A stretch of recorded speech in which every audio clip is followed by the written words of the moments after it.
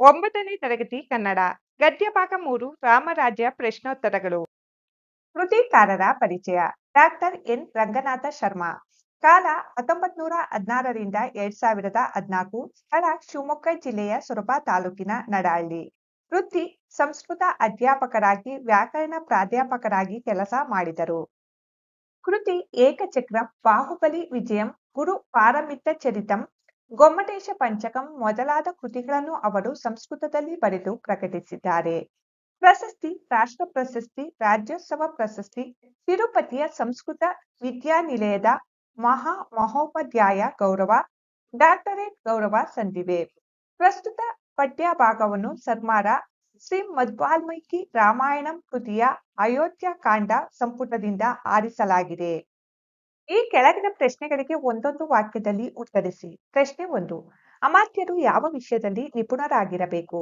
ಉತ್ತರ ಅಮಾತ್ಯರು ರಾಜ್ಯಶಾಸ್ತ್ರ ವಿಷಯದಲ್ಲಿ ನಿಪುಣರಾಗಿರಬೇಕು ಪ್ರಶ್ನೆ 2 ರಾಜನು ಯಾವ ಕಾರ್ಯವನ್ನು ಕೂಡಲೇ ಆಚರಣೆಗೆ ತರಬೇಕು ಉತ್ತರ ರಾಜನು ಅಲ್ಪ ಪ್ರಯತ್ನದಿಂದ ಬಹುಫಲವನ್ನು ಕೊಡತಕ್ಕ ಕಾರ್ಯವನ್ನು ಕೂಡಲೇ ಆಚರಣೆಗೆ ತರಬೇಕು ಪ್ರಶ್ನೆ 3 ಕಷ್ಟದಲ್ಲಿ ಸಹಾಯಕ್ಕೆ ನಿಲ್ಲುವವನು ಯಾರು ಉತ್ತರ ಕಷ್ಟದಲ್ಲಿ ಸಹಾಯಕ್ಕೆ ನಿಲ್ಲುವವನು ಪಂಡಿತ ಪ್ರಶ್ನೆ 4 ರಾಜನಿಗೆ ಮಹತ್ತರವಾದ ಶ್ರೇಯಸ್ಸನ್ನು ತಂದುಕೊಡಬಲ್ಲವನು ಯಾರು ಉತ್ತರ ಮೇಧಾವಿಯು ಸೂರನು ಕಾರ್ಯದಕ್ಷನು ರಾಜ್ಯಶಾಸ್ತ್ರ ವಿಶಾರದನು ಆದ ಸಚಿವನು ರಾಜನಿಗೆ ಮಹತ್ತರವಾದ ಶ್ರೇಯಸ್ಸನ್ನು ತಂದುಕೊಡಬಲ್ಲವನು ಪ್ರಶ್ನೆ 5 ಜನರು ಅರಸನನ್ನು ಹೇಗೆ ತಿರಸ್ಕರಿಸಬಹುದು ಉತ್ತರ ಬಲಾತ್ಕಾರದಿಂದ ಕೆಲಸ ಮಾಡಿಸಿಕೊಂಡು ಶೋಷಿಸುವ ಯಜಮಾನನಂತೆ ಅರಸನು ವರ್ತಿಸಿದರೆ ಜನರು ಅರಸನನ್ನು ತಿರಸ್ಕರಿಸಬಹುದು ಪ್ರಶ್ನೆ 6 ದೇಶಕ್ಕೆ ದೊಡ್ಡ ಗಂಡಾಂತರ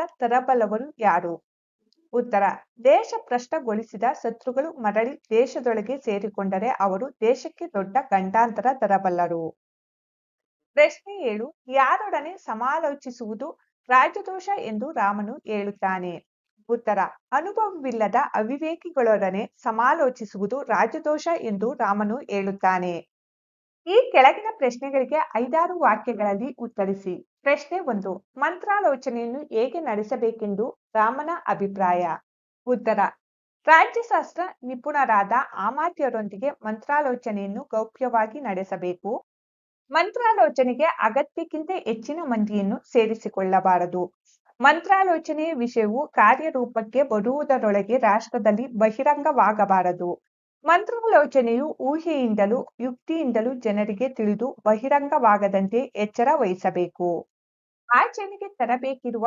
ಮಂತ್ರಾಲೋಚನೆಯು ಮೊದಲೇ ಶಾಂತರಾಜರಿಗೆ ತಿಳಿಯಬಾರದು ಅಲ್ಪ ಪ್ರಯತ್ನದಿಂದ ಬಹು ಫಲವನ್ನು ಕೊಡತಕ್ಕ ಕಾರ್ಯವನ್ನು ಕೂಡಲೇ ಆಚರಣೆಗೆ ತರಬೇಕು ಇವು ಮಂತ್ರಾಲೋಚನೆಯನ್ನು ನಡೆಸುವ ಬಗ್ಗೆ ರಾಮನ ಅಭಿಪ್ರಾಯವಾಗಿದೆ ಪ್ರಶ್ನೆ 2 ರಾಜ್ಯದ ಅಮಾತ್ಯರಲ್ಲಿ ಯಾವ ಗುಣಗಳಿರಬೇಕು ಉತ್ತರ ಅಮಾತ್ಯರು ರಾಜ್ಯಶಾಸ್ತ್ರ ನಿಪುಣರಾಗಿರಬೇಕು ಮಂತ್ರಾಲೋಚನೆಯನ್ನು ಗೌಪ್ಯವಾಗಿ ಇಡುವವರಾಗಿರಬೇಕು ಲಂಚವನ್ನು ತೆಗೆದುಕೊಳ್ಳದವರಾಗಿರಬೇಕು ಪ್ರಾಮಾಣ್ಯ ವಿಷಯದಲ್ಲಿ ಸಂದೇಹಿತರಾಗಿರಬೇಕು ರಾಜನು ಒಂದು ವೇಳೆ ಪ್ರಜೆಗಳಿಗೆ ಉಗ್ರ ದಂಡನೆಯನ್ನು ವಿಧಿಸಿ ರಾಷ್ಟ್ರವನ್ನು ಉದ್ವಿಗ್ನಗೊಳಿಸಲು ತೊಡಗಿದರೆ ಅದನ್ನು ಒಪ್ಪದೆ ರಾಜನನ್ನು ತಡೆದು ನಿಲ್ಲಿಸಲು ಮುಂದೆ ಬರುವವರಾಗಿರಬೇಕು ಇವು ರಾಜ್ಯದ ಅಮಾತ್ಯರಲ್ಲಿ ಇರಬೇಕಾದ ಗುಣಗಳು ಪ್ರಶ್ನೆ 3 ಯಾವ 3 ವ್ಯಕ್ತಿಗಳನ್ನು ರಾಜನು ತ್ಯಜಿಸಬೇಕು ಏಕೆ ಉತ್ತರ ಉಪಾಯದಿಂದ ಹಣ ಕೀಳುವ ವೈದ್ಯನನ್ನು ಒಡೆಯನನ್ನೇ ದೂಷಿಸುವ ಸೇವಕನನ್ನು ಖಜಾನೆಯ ಐಶ್ವರ್ಯದ ಮೇಲೆ ಕಣ್ಣಿಟ್ಟಿರುವ ಸೇವಕನನ್ನು ರಾಜನು ತ್ಯಜಿಸಬೇಕು ಏಕೆಂದರೆ ಈ ವ್ಯಕ್ತಿಗಳ ಕುತಂತ್ರದಿಂದಲೇ ವಿಪತ್ತಿನಲ್ಲಿ ರಾಜನು ಸಿಕ್ಕಿಕೊಳ್ಳುವನು ಪ್ರಶ್ನೆ 4 ದೂತನು ಹೇಗಿರಬೇಕು ಉತ್ತರ ನಮ್ಮ ದೇಶದಲ್ಲಿ ಹುಟ್ಟಿ ಬೆಳೆದ ವಿದ್ವಾಂಸನನ್ನು ದೂತನನ್ನಾಗಿ ನೇಮಿಸಿಕೊಳ್ಳಬೇಕು ದೂತನು ಕಾರ್ಯ ಸಮರ್ಥನು ಪ್ರತಿಭಾಶಾಲಿಯೂ ಆಗಿರಬೇಕು ಹೇಳಿ ಕಳುಹಿಸಿದ ಸಂದೇಶವನ್ನಷ್ಟೇ ತಿಳಿಸುವ ಸತ್ಯವಂತನಾಗಿರಬೇಕು ವ್ಯಕ್ತಿ ವಸ್ತುಗಳ ಮೌಲ್ಯವನ್ನು ಯೋಗ್ಯತೆಯನ್ನು ಸರಿಯಾಗಿ ಗುರುತಿಸಬಲ್ಲ ನಿಷ್ಠಾವಂತನಾಗಿರಬೇಕು ಪ್ರಶ್ನೆ 5 ಸೇವಕರ ವಿಷಯದಲ್ಲಿ ರಾಜನು ಹೇಗೆ ವರ್ತಿಸಬೇಕು ಉತ್ತರ ಸೇವಕರು ನಿರ್ಭಯವಾಗಿ ಬಂದು ರಾಜನ ಎದುರಿಗೆ ನಿಲ್ಲುವಷ್ಟು ಸಲಿಗೆಯನ್ನು ಕೊಡಬಾರದು ಅಥವಾ ಹತ್ತಿರವೇ ಸುಳಿಯದೆ ದೂರಕ್ಕೆ ಸರಿಯುವಂತೆ ಅಂಜಿಸಲೂಬಾರದು ಅವರ ವಿಷಯದಲ್ಲಿ ಹೆಚ್ಚು ಸಲಿಗೆಯನ್ನು ನೀಡದೆ ಹೆಚ್ಚು ಅಂಜಿಸದೆ ಇವೆರಡರ ನಡು ದಾರಿಯನ್ನು ಕಾಯ್ದುಕೊಂಡು ರಾಜನು ಸೇವಕರ ವಿಷಯದಲ್ಲಿ ವರ್ತಿಸಬೇಕು ಪ್ರಶ್ನೆ 6. ಖಜಾನೆಯನ್ನು ಹೇಗೆ ನಿಭಾಯಿಸಬೇಕೆಂದು ರಾಮನು ಹೇಳುತ್ತಾನೆ? ಉತ್ತರ. ರಾಜ್ಯದ ಆದಾಯವು ವ್ಯಯಕ್ಕಿಂತ ಹೆಚ್ಚಿರಬೇಕು. ರಾಜ್ಯದ ಬೊಕ್ಕಸದಲ್ಲಿ ರಾಜನು ಸಂಗ್ರಹಿಸುವ ಸಂಪತ್ತು ರಾಜ್ಯದ ಅಭಿವೃದ್ಧಿಯ ಕೆಲಸ ಕಾರ್ಯಗಳಿಗೆ ವಿನಿಯೋಗವಾಗಬೇಕು. ಖಜಾನೆಯನ್ನು ಬಡಿದುಗೊಳಿಸಬಾರದು. ಹಾಗೆಂದು ಖಜಾನೆಯನ್ನು ತುಳುಕುವಷ್ಟು ತುಂಬಿಸಿಕೊಳ್ಳಲು ಅನರ್ಥ ಅನ್ಯಾಯಗಳ ಮಾರ್ಗಗಳನ್ನು ಹಿಡಿಯಬಾರದೆಂದು ರಾಮನು ಖಜಾನೆಯನ್ನು ನಿಭಾಯಿಸುವ ಪರಿಯನ್ನು ಹೇಳುತ್ತಾನೆ. ಈ ಕೆಳಗಿನ ಪ್ರಶ್ನೆಗಳಿಗೆ 10 ವಾಕ್ಯಗಳಲ್ಲಿ ವಿಸ್ತಾರವಾಗಿ ಉತ್ತರಿಸಿ. ಪ್ರಶ್ನೆ 1. ರಾಜ್ಯಾಡಳಿತದ ವಿಷಯದಲ್ಲಿ ರಾಮನ ಉಪದೇಶವನ್ನು ಸಂಗ್ರಹವಾಗಿ ಬರೆಯಿರಿ. ಉತ್ತರ. ರಾಜ್ಯವನ್ನು ಆಳತಕ್ಕವರಿಗೆ ಮಂತ್ರಾಲೋಚನೆಯೇ ಮುಖ್ಯವಾದುದು. ರಾಜ್ಯಶಾಸ್ತ್ರ ನಿಪುಣನಾದ ಅಮಾತ್ಯರು ಮಂತ್ರಾಲೋಚನೆಯನ್ನು ಗೌಪ್ಯವಾಗಿಟ್ಟಿರಬೇಕು. ಮೇಧಾವಿಯು ಶೂರನು ಕಾರ್ಯದಕ್ಷನು ರಾಜ್ಯಶಾಸ್ತ್ರ ವಿಶಾರದನೂ ಆದ ಸಚಿವನನ್ನು ಹೊಂದಿರಬೇಕು. ಅಧಿಕಾರಿಯನ್ನು ಅವರ ಕುಶಲತೆಗೆ ಯೋಗ್ಯತೆಗೆ ತಕ್ಕಂತೆ ಕೆಲಸಕ್ಕೆ ನೇಮಿಸಿಕೊಳ್ಳಬೇಕು. ಲಂಚವನ್ನು ತೆಗೆದುಕೊಳ್ಳದ ಪ್ರಾಮಾಣಿಕ ವ್ಯಕ್ತಿಯನ್ನು ನೇಮಿಸಿಕೊಳ್ಳಬೇಕು. ಉಪಾಯದಿಂದ ಹಣ ಕೀಳುವ ವೈದ್ಯನನ್ನು, ಒಡೆಯನನ್ನು ದೂಷಿಸುವ ಸೇವಕನನ್ನು, ಖಜಾನೆಯ ಐಶ್ವರ್ಯದ ಮೇಲೆ ಕಣ್ಣಿಟ್ಟಿರುವ ಸೈನಿಕರನ್ನು ರಾಜನು ತ್ಯಜಿಸಬೇಕು. ಶೂರನು ಧೀರನಾದ ರಾಜಭಕ್ತಿ ಹಾಗೂ ಕಾರ್ಯದಕ್ಷನಾದ ಸೇನಾ ನಾಯಕನನ್ನು ನೇಮಿಸಬೇಕು. ಸೈನಿಕರಿಗೆ ಸಕಲ ಆಹಾರ ಸಾಮಗ್ರಿ ವೇತನ ನೀಡಿ ರಾಜನು ಚೆನ್ನಾಗಿ ನೋಡಿಕೊಳ್ಳಬೇಕು. ದೇಶದಲ್ಲಿ ಹುಟ್ಟಿ ಬೆಳೆದ ವಿದ್ವಾಂಸನನ್ನು ದೂತನನ್ನಾಗಿ ನೇಮಿಸಿಕೊಳ್ಳಬೇಕು. ಶತ್ರು ಪಕ್ಷದಲ್ಲಿನ ಇಲಾಖೆಗಳನ್ನು ಗಮನಿಸಲು ಗೂಢಚಾರರನ್ನು ನೇಮಿಸಬೇಕು. ರಾಜ್ಯದ ಬೊಕ್ಕಸದಲ್ಲಿರುವ ಸಂಪತ್ತನ್ನು ರಾಜ್ಯದ ಅಭಿವೃದ್ಧಿಯ ಕೆಲಸ ಕಾರ್ಯಗಳಿಗೆ ವಿನಿಯೋಗಿಸಬೇಕು. ಖರ್ಚಿಗಿಂತ ಆದಾಯವು ಹೆಚ್ಚಿರುವ ಹಾಗೆ ನೋಡಿಕೊಳ್ಳಬೇಕು. ರಾಜನು ಯಂತ್ರಜ್ಞರನ್ನು, ಶಿಲ್ಪಿಗಳನ್ನು, ಆಯುಧಗಳನ್ನು, ಧನುರ್ಧಾರಿಗಳಾದ ಸೈನಿಕರನ್ನು ಹೊಂದಿರಬೇಕು. ಇನ್ನು ಮುಂತಾದವು ರಾಜ್ಯಾಡಳಿತದ ವಿಷಯದಲ್ಲಿ ರಾಮನ ಉಪದೇಶಗಳಾಗಿವೆ. ಪ್ರಶ್ನೆ 2. ರಾಜನಲ್ಲಿ ತಲೆದೂರಬಹುದಾದ 14 ದೋಷಗಳ ಬಗ್ಗೆ ವಿವರಿಸಿ. ರಾಜನಲ್ಲಿ ಸಂಭವಿಸಬಹುದಾದ ದೋಷಗಳು 14. ಅವುಗಳೆಂದರೆ ನಾಸ್ತಿಕ ಬುದ್ಧಿ, ಸುಳ್ಳು, ಸಿಟ್ಟು, ಅನಾವಧಾನ, ಚಟುವಟಿಕೆ ಇಲ್ಲದೆ ಕೆಲಸವನ್ನು ತಡ ಮಾಡುವುದು, ಪ್ರಜ್ಞರಾದ ಸಜ್ಜನರೊಡನೆ ಸೇರದಿರುವುದು, ಸೋಮಾರಿತನ, ಪಂಚೇಂದ್ರಿಯಗಳಿಗೆ ಅಧೀನನಾಗಿ ಇಂದ್ರಿಯ ಚಾಪಲ್ಯದಲ್ಲಿ ಮುಳುಗುವುದು, ಮಂತ್ರಿಗಳೊಡನೆ ಸಮಾಲೋಚಿಸದೆ ರಾಜ್ಯ ಕಾರ್ಯಗಳಲ್ಲಿ ತಾನೊಬ್ಬನೇ ನಿರ್ಧಾರವನ್ನು ತೆಗೆದುಕೊಳ್ಳುವುದು, ಅನುಭವವಿಲ್ಲದ ಅವಿವೇಕಿಗಳೊಡನೆ ಸಮಾಲೋಚಿಸುವುದು, ನಿಶ್ಚಯಿಸಿದ ಕಾರ್ಯಗಳನ್ನು ಆರಂಭಿಸದಿರುವುದು, ಮಂತ್ರಾಲೋಚನೆಯನ್ನು ರಹಸ್ಯವಾಗಿಡದೆ ಬಹಿರಂಗಪಡಿಸುವುದು, ಮಂಗಳಕರವಾದ ಶುಭ ಕಾರ್ಯವನ್ನು ಮಾಡದಿರುವುದು ಹಾಗೂ ಎಲ್ಲ ಶತ್ರುಗಳ ಮೇಲೆ ಏಕಕಾಲದಲ್ಲಿ ಯುದ್ಧಾರಂಭ. ಈ ಮಾತುಗಳ ಸ್ವಾರಸ್ಯವನ್ನು ವಿಸ್ತರಿಸಿ ಬರೆಯಿರಿ. 1. 1000 ಮೂರ್ಖರಿಗಿಂತ ಒಬ್ಬ ಪಂಡಿತ ಲೇಸು. ಆಯ್ಕೆ. ಪ್ರಸ್ತುತ ವಾಕ್ಯವನ್ನು ಡಾ ಎನ್. ರಂಗನಾಥ ಶರ್ಮಾರ ಶ್ರೀ ಮಧ್ವಾಲ್ಮೀಕಿ ರಾಮಾಯಣಂ ಕೃತಿಯ ಅಯೋಧ್ಯಕಾಂಡ ಸಂಪುಟದಿಂದ ಆರಿಸಲಾದ ರಾಮರಾಜ್ಯ ಗದ್ಯ ಭಾಗದಿಂದ ಆರಿಸಿಕೊಳ್ಳಲಾಗಿದೆ. ಸಂದರ್ಭ. ಕಷ್ಟದಲ್ಲಿ ಪಂಡಿತನೊಬ್ಬನೇ ಸರಿಯಾದ ಉಪಾಯವನ್ನು ಬೋಧಿಸಿ ಕಾರ್ಯವನ್ನು ನಿರ್ವಹಿಸಬಲ್ಲ. ಮೂರ್ಖರ ಸಂಖ್ಯೆ 1000ವಿರಲಿ 10,000ವೇ ಇರಲಿ ರಾಜನಿಗೆ ಅದರಿಂದ ಯಾವ ಸಹಾಯವೂ ಆಗುವುದಿಲ್ಲ ಎಂದು ಹೇಳುವ ಸಂದರ್ಭದಲ್ಲಿ ಶ್ರೀರಾಮನು ಭರತನಿಗೆ ಈ ಮೇಲಿನ ಮಾತನ್ನು ಹೇಳಿದ್ದಾನೆ. ಸ್ವಾರಸ್ಯ. ಮೇಧಾವಿಯು ಶೂರನು ಕಾರ್ಯದಕ್ಷನು ರಾಜ್ಯಶಾಸ್ತ್ರ ವಿಶಾರದನೂ ಆದ ಸಚಿವನು ಒಬ್ಬನೇ ಆದರೂ ರಾಜನಿಗಾಗಲಿ ರಾಜ್ಯದ ಆಡಳಿತವನ್ನು ನಿರ್ವಹಿಸುವವನಿಗಾಗಲಿ ಮಹತ್ತರವಾದ ಶ್ರೇಯಸ್ಸನ್ನು ತಂದುಕೊಡಬಲ್ಲನು ಎಂಬುದು ಇಲ್ಲಿನ ಸ್ವಾರಸ್ಯವಾಗಿದೆ. 2. ದೂತನು ಕಾರ್ಯಸಮರ್ಥನೂ ಪ್ರಭಾವಶಾಲಿಯೂ ಆಗಿರಬೇಕು. ಆಯ್ಕೆ. ಪ್ರಸ್ತುತ ವಾಕ್ಯವನ್ನು ಡಾ ಎನ್. ರಂಗನಾಥ ಶರ್ಮಾರ ಶ್ರೀ ಮಧ್ವಾಲ್ಮೀಕಿ ರಾಮಾಯಣಂ ಕೃತಿಯ ಅಯೋಧ್ಯಕಾಂಡ ಸಂಪುಟದಿಂದ ಆರಿಸಲಾದ ರಾಮರಾಜ್ಯ ಗದ್ಯ ಭಾಗದಿಂದ ಆರಿಸಿಕೊಳ್ಳಲಾಗಿದೆ. ಸಂದರ್ಭ. ನಮ್ಮ ದೇಶದಲ್ಲಿ ಹುಟ್ಟಿ ಬೆಳೆದ ವಿದ್ವಾಂಸನನ್ನು ದೂತನನ್ನಾಗಿ ನೇಮಿಸಿಕೊಳ್ಳಬೇಕು. ಹೇಳಿ ಕಳುಹಿಸಿದ ಸಂದೇಶವನ್ನು ಮಾತ್ರ ತಿಳಿಸುವಂತ ಸತ್ಯವಂತನಾಗಿರಬೇಕು.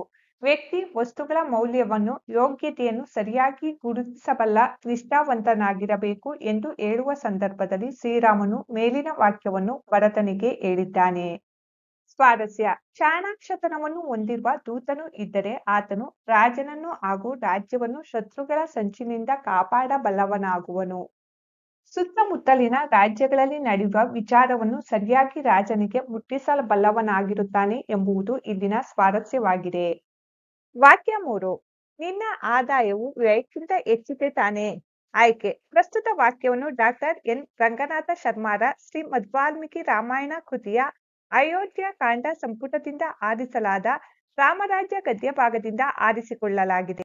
ಸಂದರ್ಭ ಅಯೋಧ್ಯೆಯಲ್ಲಿ ಭರತನ ಆಡಳಿತವು ಹೇಗೆ ನಡೆಯುತ್ತಿದೆ ಎಂಬುದನ್ನು ತಿಳಿಯಲು ರಾಮನು ಭರತನನ್ನು ಹಲವು ಪ್ರಶ್ನೆಗಳನ್ನು ಹಾಕುವ ಸಂದರ್ಭದಲ್ಲಿ ರಾಜ್ಯದ ಪೊಕ್ಕಸದಲ್ಲಿ ನೀನು ಸಂಗ್ರಹಿಸುವ ಸಂಪತ್ತೆಲ್ಲವೂ ರಾಜ್ಯದ ಅಭಿವೃದ್ಧಿ ಕೆಲಸ ಕಾರ್ಯಗಳಿಗೆ ವಿನಿಯೋಗವಾಗುತ್ತಿದೆಯಷ್ಟೇ. ಖಜಾನೆಯನ್ನು ಬರಿದುಗೊಳಿಸಬೇಡ, ಹಾಗೆಂದು ಅದನ್ನು ತುಳುಕುವಷ್ಟು ತುಂಬಿಸಿಕೊಳ್ಳಲು ಅನರ್ಥ ಅನ್ಯಾಯಗಳ ಮಾರ್ಗವನ್ನು ಹಿಡಿಯಬೇಡ ಎಂದು ಹೇಳುವ ಸಂದರ್ಭದಲ್ಲಿ ನಿನ್ನ ಆದಾಯವು ವ್ಯಯಕ್ಕಿಂತ ಹೆಚ್ಚಿದೆ ತಾನೆ ಎಂದು ರಾಮನು ಭರತನನ್ನು ಕೇಳಿದನು. ಸ್ವಾರಸ್ಯ ರಾಜ್ಯದ ಜನತೆ ಸುಭಿಕ್ಷವಾಗಿರಬೇಕಾದರೆ ರಾಜ್ಯದ ಖಜಾನೆಯನ್ನು ಬರಿದುಗೊಳಿಸಬಾರದು. ಆದಾಯವು ವ್ಯಯಕ್ಕಿಂತ ಹೆಚ್ಚಿರಬೇಕು ಎಂಬುದು ಸ್ವಾರಸ್ಯಕರವಾಗಿದೆ. ಭಾಷಾಭ್ಯಾಸ ಕೆಳಗಿನ ಪದಗಳ ವಚನ ಬದಲಾಯಿಸಿ ಬರೆಯಿರಿ. ಮಾದರಿ ದೂತ ದೂತರು, ಅಮಾತ್ಯ ಅಮಾತ್ಯರು, ಪ್ರಶ್ನೆ ಪ್ರಶ್ನೆಗಳು, ಧನುರ್ಧಾರಿಗಳು ಧನುರ್ಧಾರಿ, ಮೌಲ್ಯ ಮೌಲ್ಯಗಳು, ಬಹುಮಾನಗಳು ಬಹುಮಾನ. ಈ ಪದಗಳನ್ನು ಸ್ವಂತ ವಾಕ್ಯದಲ್ಲಿ ಬಳಸಿ.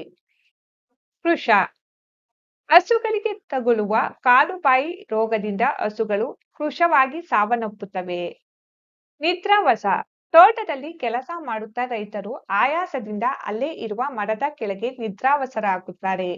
ಏರ್ಪಾಡು ರೈತರು ಮಳೆಗಾಲದಲ್ಲಿ ಬೀಜ ಬಿತ್ತಲು ಏರ್ಪಾಡು ಮಾಡಿಕೊಂಡಿರುತ್ತಾರೆ. ಚಾಪಲ್ಯ ನಾವು ನಾಲಿಗೆ ಚಾಪಲ್ಯಕ್ಕೋಸ್ಕರ ಕಳಪೆ ಗುಣಮಟ್ಟದ ತಿಂಡಿ ತಿನಿಸುಗಳನ್ನು ತಿನ್ನಬಾರದು. ಜ್ಞಾತಿ ನಾವು ಜ್ಞಾತಿಗಳನ್ನು ಪ್ರೀತಿ ವಿಶ್ವಾಸ ಮತ್ತು ಒಳ್ಳೆಯ ಮನಸ್ಸಿನಿಂದ ಸತ್ಕರಿಸಬೇಕು. ಈ ಕೆಳಗಿನ ಪದಗಳನ್ನು ಬಿಡಿಸಿ ಸಂಧಿ ಹೆಸರಿಸಿ. ಜಾವದಲೆದ್ದು ಜಾವದಲ್ಲಿ ಪ್ಲಸ್ ಎದ್ದು ಲೋಪಸಂಧಿ. ದರ್ಶನವನ್ನು ದರ್ಶನ ಪ್ಲಸ್ ಅನ್ನು ವಕಾರಾಗಮ ಸಂಧಿ. ನಿರ್ಭಯವಾಗಿ ನಿರ್ಭಯ ಪ್ಲಸ್ ಆಗಿ ವಕಾರಾಗಮ ಸಂಧಿ. ಕಣ್ಣಿಟ್ಟಿರು ಕಣ್ಣು ಪ್ಲಸ್ ಇಟ್ಟಿರು ಲೋಪಸಂಧಿ. ಭಾಷಾ ಚಟುವಟಿಕೆ ಆಗಮ ಸಂಧಿ ಎಂದರೇನು ಉದಾಹರಣೆ ಕೊಡಿ. ಉತ್ತರ ಸ್ವರದ ಮುಂದೆ ಸ್ವರ ಬಂದು ಸಂಧಿ ಉಂಟಾದಾಗ ಪೂರ್ವ ಪದದ ಕೊನೆಯ ಸ್ವರ ಹಾಗೂ ಉತ್ತರ ಪದದ ಮೊದಲಲ್ಲಿ ಸ್ವರಗಳ ಮಧ್ಯದಲ್ಲಿ ಯಕಾರವನ್ನು ಅಥವಾ ವಕಾರವನ್ನು ಹೊಸದಾಗಿ ಸೇರಿಸಿ ಹೇಳಿದರೆ ಅದು ಆಗಮ ಸಂಧಿ. ಉದಾಹರಣೆ ತಲೆ ಪ್ಲಸ್ ಅಲ್ಲಿ ತಲೆಯಲ್ಲಿ, ಮಗು ಪ್ಲಸ್ ಅನ್ನು ಮಗುವನ್ನು.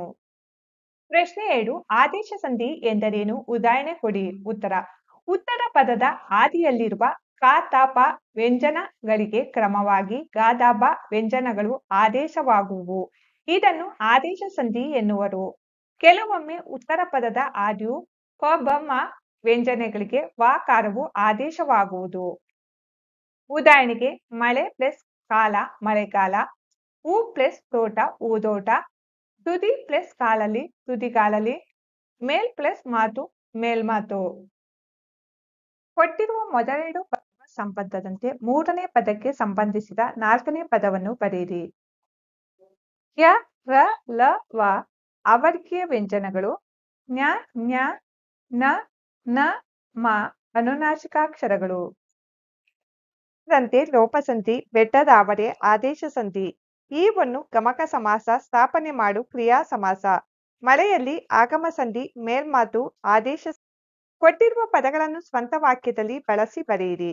ವಿಶಾರದ ಸ್ವಾಮಿ ವಿವೇಕಾನಂದರು ವಿಶಾರದ ವ್ಯಕ್ತಿಯಾಗಿದ್ದರು. ಅತ್ಯುಚ್ಚ ನಾವು ಅತ್ಯುಚ್ಚರಾಗಿ ಬಾಳಬೇಕೆಂದರೆ ಒಳ್ಳೆಯ ನಡತೆಯನ್ನು ಮೈಗೂಡಿಸಿಕೊಳ್ಳಬೇಕು. ಮನಃಶುದ್ಧಿ ಮನಃಶುದ್ಧಿಯಿಂದ ಒಳ್ಳೆಯ ಕಾರ್ಯ ಮಾಡಬೇಕು. ಸತ್ಕಾರ ಅತಿಥಿ ಸತ್ಕಾರವನ್ನು ಒಳ್ಳೆಯ ಮನಸ್ಸಿನಿಂದ ಮಾಡಬೇಕು. ಕೊಟ್ಟ ಪದಗಳನ್ನು ವಿಗ್ರಹಿಸಿ ಸಮಾಸ ಹೆಸರಿಸಿ. ಮರಗಾಲು ಮರದ ಪ್ಲಸ್ ಕಾಲು ತತ್ಪುರುಷ ಸಮಾಸ. ಎಮ್ಮರ ಹಿರಿದಾದ ಪ್ಲಸ್ ಮರ ಕರ್ಮಧಾರೆ ಸಮಾಸ. ಬೇಳ್ಗೊಡೆ ಬಿಳಿದಾದ ಪ್ಲಸ್ ಗೋಡೆ ಕರ್ಮಧಾರೆ ಸಮಾಸ. ಒಗ್ಗಟ್ಟು ಒಂದು ಪ್ಲಸ್ ಕಟ್ಟು ದ್ವಿಗು ಸಮಾಸ. ಸಪ್ತ ಸ್ವರಗಳು ಸಪ್ತ ಪ್ಲಸ್ ಸ್ವರಗಳು ದ್ವಿಗು ಸಮಾಸ. ಕೊಟ್ಟಿರುವ ಗಾದೆಯನ್ನು ವಿಸ್ತರಿಸಿ ಬರೆಯಿರಿ. ತುಂಬಿದ ಕೊಡ ತುಳುಕುವುದಿಲ್ಲ. ಗಾದೆಗಳು ವೇದಗಳಿಗೆ ಸಮವಾಗಿವೆ. ಗಾದೆಗಳು ಹಿರಿಯರು ನುಡಿದ ಅನುಭವದ ಮಾತುಗಳಾಗಿವೆ. ಪರಿಪೂರ್ಣ ಜ್ಞಾನವನ್ನು ಕುರಿತು ಈ ಗಾದೆ ಹೇಳುತ್ತದೆ. ಕೊಡಕ್ಕೆ ಅರ್ಧ ನೀರು ತುಂಬಿಸಿಕೊಂಡು ಹೋದರೆ ಅದು ತುಳುಕಿ ನೀರು ಹೊರಗೆ ಚೆಲ್ಲುತ್ತದೆ. ಅದೇ ಕೊಡಕ್ಕೆ ಪೂರ್ತಿ ನೀರು ತುಂಬಿಸಿಕೊಂಡು ಹೋದರೆ ನೀರು ಚೆಲ್ಲುವುದಿಲ್ಲ. ಅದೇ ರೀತಿ ಸಮಾಜದಲ್ಲಿ ಪರಿಪೂರ್ಣ ಜ್ಞಾನಿಯಾದವನು ಯಾವತ್ತೂ ತನ್ನ ಕುರಿತು ಜಂಬವನ್ನು ಹೇಳಿಕೊಳ್ಳುವುದಿಲ್ಲ. ತುಂಬಿದ ಕಾಳು ಭಾರದಿಂದ ತಲೆ ತಗ್ಗಿಸಿದಂತೆ ಬಾಗಿರುತ್ತಾನೆ. ಆದರೆ ಅರ್ಧ ಜ್ಞಾನಿಯಾದವನು ತಾನು ಎಲ್ಲವನ್ನೂ ತಿಳಿದಿದ್ದೇನೆ ಎಂದು ಅಹಂಕಾರ ಪಡುತ್ತಾನೆ. ಭತ್ತದ ಜಲ್ಲು ತಲೆ ಎತ್ತಿ ನಿಂತು ಶಬ್ದ ಮಾಡುವಂತೆ ಮಾತನಾಡುತ್ತಾನೆ. ನಾವು ಎಷ್ಟೇ ತಿಳಿದಿದ್ದರೂ ಈ ಜಗತ್ತಿನಲ್ಲಿ ತಿಳಿಯಬೇಕಾಗಿರುವುದು ಸಾಕಷ್ಟಿದೆ. ಜ್ಞಾನಕ್ಕೆ ಕೊನೆಯಿಲ್ಲ, ವ್ಯಕ್ತಿಯ ಜೀವಕ್ಕೆ ಮಿತಿಯಿದೆ ಎಂಬುದನ್ನು ಮನುಷ್ಯ ತಿಳಿದುಕೊಳ್ಳಬೇಕು. 2. ಬೆಳ್ಳಗಿರುವುದೆಲ್ಲ ಹಾಲಲ್ಲ.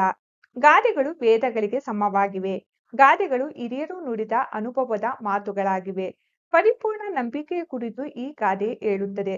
ಹಸುವಿನ ಹಾಲು ಬೆಳ್ಳಗಿರುತ್ತದೆ, ಕಳ್ಳಿಗಿಡದ ಹಾಲು ಬೆಳ್ಳಗಿರುತ್ತದೆ. ಹಸುವಿನ ಹಾಲು ಅಮೃತವಾದರೆ ಕಳ್ಳಿಗಿಡದ ಹಾಲು ವಿಷವಾಗಿರುತ್ತದೆ. ಇದೇ ರೀತಿ ನಾವು ಭೇಟಿ ಮಾಡುವ ಎಲ್ಲ ಜನರು ಒಳ್ಳೆಯವರಾಗಿ ಕಂಡರೂ ನಾವು ಅವರನ್ನು ಸೂಕ್ಷ್ಮವಾಗಿ ತಿಳಿದುಕೊಳ್ಳಬೇಕು. ಸುಲಭವಾಗಿ ನಂಬಬಾರದು. ಕೇವಲ ಕುರುಡು ನಂಬಿಕೆಯಲ್ಲಿ ಸಾಗಿದರೆ ಮೋಸದ ಜಾಲದಲ್ಲಿ ಬೀಳುವುದು ಖಂಡಿತ.